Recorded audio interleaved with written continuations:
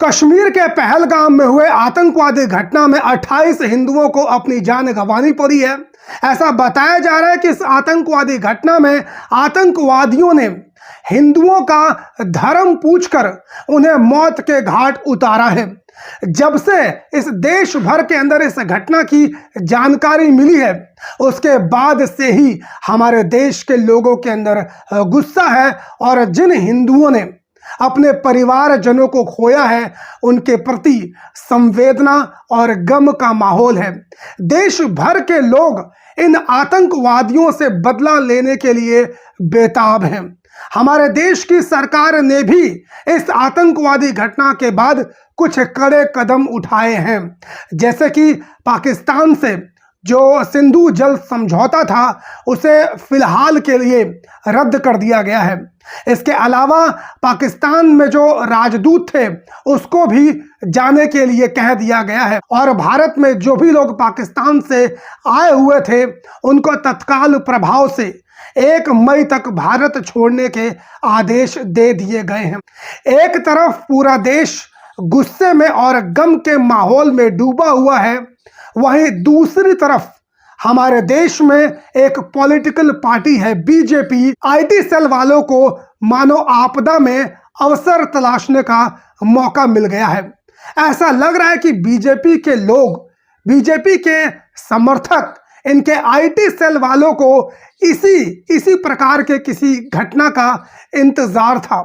वो कब से इस ताक में थे कि इस प्रकार की कोई घटना हो और वो आपदा में अवसर तलाश सके। आपके अंदर प्रश्न आ रहा होगा कि मैं इस प्रकार की बातें क्यों कर रहा हूं। तो दोस्तों, मैं आप लोगों को बता दूं कि जैसे ही इस घटना की जानकारी सोशल मीडिया के माध्यम से देश भर के लोगों को प्राप्त हुई, उसके तुरंत बाद बीजेपी ने सोशल मीडिया एक्स के ऊपर एक पोस्ट, एक तस्वीर साझा की। स्क्रीन के ऊपर आपको ये तस्वीर नजर आ रही होगी। इस तस्वीर में एक औरत है और उसके सामने एक लाश पड़ी हुई है।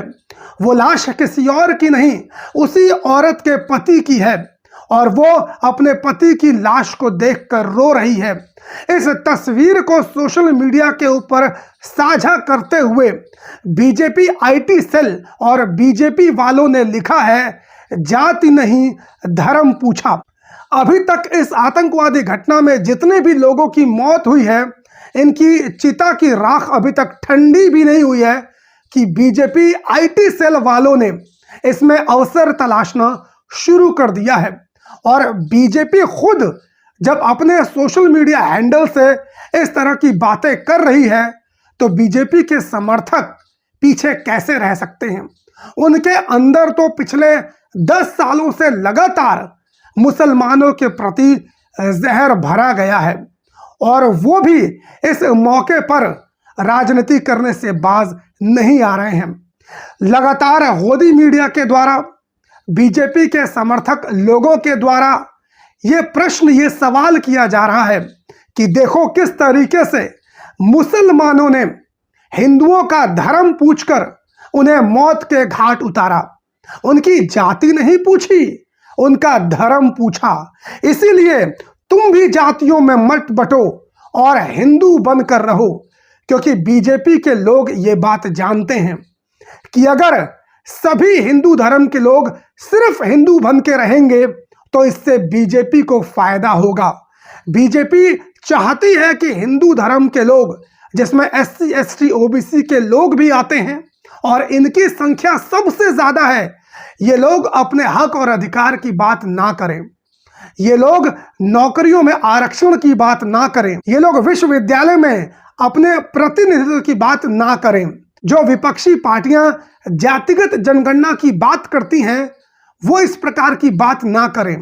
तो इतनी बड़ी त्रासदी में भी बीजेपी के लोग आपदा में अवसर तलाशने से बाज नहीं आ रहे हैं और इस घटना का राजनीतिकरण करने से बाज नहीं आ रहे हैं। लगातार इस नैरेटिव को बढ़ाने की कोशिश की जा रही है कि देखो यहां पर जाति नहीं पूछी गई, धर्म पूछा गया।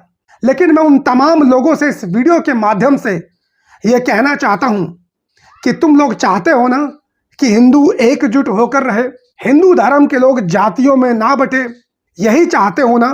तो मैं भी तुमसे प्रश्न पूछता हूं, हिंदू धर्म में जो जातिवाद है, क्या तुम्हारे अंदर इस जातिवाद को खत्म करने की हिम्मत है? हम जाति की बात नहीं करेंगे, तुम जातिवाद को समाप्त कर दो। जाति के नाम पर जो SC ST OBC के साथ भेदभाव होता है, तुम इस भेदभाव को समाप्त कर दो। जाति के नाम पर आज भी दलितों के साथ जुल्म और अत्याचार होता है, तुम इन जुल्म और अत्याचार को बंद कर दो। अभी कुछ ही दिनों की घटना है, जाति के नाम पर एक दलित दूल्हे को घोड़ी पर चढ़ने की वजह से उसके साथ मारपीट की गई है। पिछले कुछ ही दिनों पहले यह खबर आई थी कि एक मंदिर में दलितों को घुसने से रोका गया था। इस प्रकार की जातिवादी घटनाएं देश भर के अंदर हमें सुनने को मिलती है। तुम्हारे अंदर अगर हिम्मत है तो इन तमाम घटनाओं को बंद कर दो। हम जाति की बात नहीं करेंगे। SC ST OBC को उनका हक और अधिकार दे दो। हम जाति की बात नहीं करेंगे। इसके अलावा दोस्तों, इस पूरी घटना के अंदर एक बच्चा है जिसकी वीडियो सोशल मीडिया के ऊपर वायरल हो रही है। इस बच्चे ने इस आतंकवादी घटना में अपने पिता को खोया है और इसने वीडियो के अंदर सीधे तौर पे जो भारत सरकार है उसके ऊपर सवालिया निशान खड़े किए हैं। इस वीडियो को देखिए। बेटा, सरकार से कुछ कहना चाहेंगे? सिक्योरिटी लैप्स वहां पर हुआ है तो उसके लिए कहेंगे आप? सरकार तो गई हुई है, मतलब इतना बड़ा आतंकवादी का हमला हुआ, उन्हें कुछ पता ही नहीं है। इधर पूरी नीचे पूरे आर्मी का बेस है, उन्हें पता ही नहीं है, मतलब कुछ भी है। मतलब चाहता हूँ कि पहलगाम के ऊपर आर्मी रखो, 2-3 रखो पर रखो। अब कभी आप घूमने जाने का मन करेगा वहाँ जो हुआ आपके साथ? नहीं, बिल्कुल नहीं। बेटा, सरकार से कुछ कहना चाहेंगे? सिक्योरिटी लैप्स वहां पर हुआ है तो उसके लिए कहेंगे आप? सरकार तो गई हुई है, मतलब इतना बड़ा आतंकवादी का हमला हुआ, उन्हें कुछ पता ही नहीं है। इधर पूरी नीचे पूरे आर्मी का बेस है, उन्हें पता ही नहीं है। तो देखा दोस्तों आप लोगों ने किस तरीके से इस 10-12 साल के बच्चे ने सीधे तौर पे सरकार को कटघरे में खड़ा किया है। क्योंकि जब भी किसी भी देश के अंदर इस प्रकार की घटना घटित होती है तो सीधे तौर पे सवाल देश के नागरिकों को सरकार से पूछना चाहिए। सरकार से यह प्रश्न करना चाहिए कि इस प्रकार की आतंकवादी घटना आखिर कैसे हो गई? आपकी इंटेलिजेंस क्या कर रही थी? सिक्योरिटी फोर्सेस क्या कर रही थी? आप तो हमेशा लगातार कहते थे कि 370 हटने के बाद कश्मीर में आतंकवादी घटनाएं समाप्त हो चुकी हैं। आप लगातार देश के नागरिकों को कश्मीर में बसने की बात करते थे, कश्मीर घूमने की बात करते थे। लगातार आप सैलानियों को कश्मीर जाने के लिए प्रेरित करते थे। तो आपने कश्मीर के अंदर पुख्ता तौर पे सुरक्षा के इंतजाम क्यों नहीं किए? और ये बच्चा भी यही प्रश्न देश की सरकार से कर रहा है। लेकिन हमारे देश में कुछ अंधभगत हैं जो मोदी को अपना बाप मानते हैं, मोदी को अपना भगवान मानते हैं। उनके अंदर इतनी सी भी हिम्मत नहीं है कि वो मोदी से इस घटना के बारे में सवाल कर सके। और यदि कोई सवाल करता है तो उसे देशद्रोही करार कर देते हैं, उसे मुसलमान परस्त करार कर देते हैं, मुसलमानों का समर्थक करार कर देते हैं।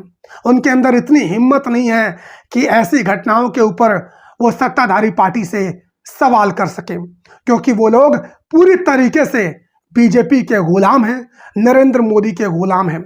इस पूरे मसले के ऊपर समाजवादी पार्टी के अध्यक्ष अखिलेश यादव ने भी अपना बयान दिया है।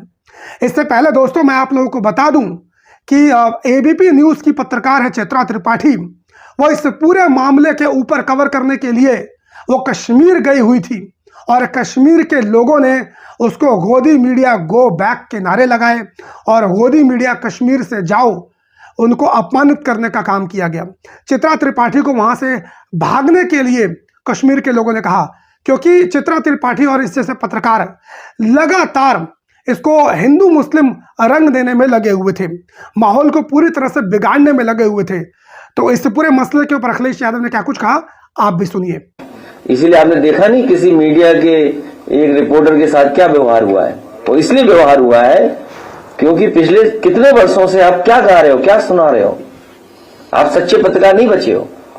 अगर सच्चे पत्रकार आप लोग बन जाएंगे, उस दिन देश की सुरक्षा और मजबूत हो जाएगी। तो अखिलेश यादव ने साफ साफ गोदी मीडिया को उनकी औकात दिखाते हुए कहा कि तुमने जो पिछले 10 वर्षों से पत्रकारिता की है, उसी के वजह से तुम्हारे साथ इस तरीके का सलूक तुम लोग जहां पर जाते हो वहां पर किया जाता है। इस मसले में भी तुम लोग पूरी घटना को, इस पूरी आतंकवादी घटना को हिंदू मुसलमान का रंग देने में लगे हुए हो, इसीलिए लोग तुमसे नाराज हैं और तुम्हारे साथ बदतमीजी करने का काम कर रहे हैं। दोस्तों, इस पूरे मामले के ऊपर आप सभी लोगों का क्या कहना है, कमेंट करके अपनी राय जरूर दीजिए। चैनल पर नए हो तो सब्सक्राइब कर लीजिए। फेसबुक, ट्विटर, इंस्टाग्राम, यहाँ पर मेरी आईडी आप सभी को मिल जाएगी, आप मुझे फॉलो कर सकते हैं। मुलाकात करता हूँ किसी और वीडियो में, तब तक के लिए बहुत बहुत धन्यवाद। जय हिंद।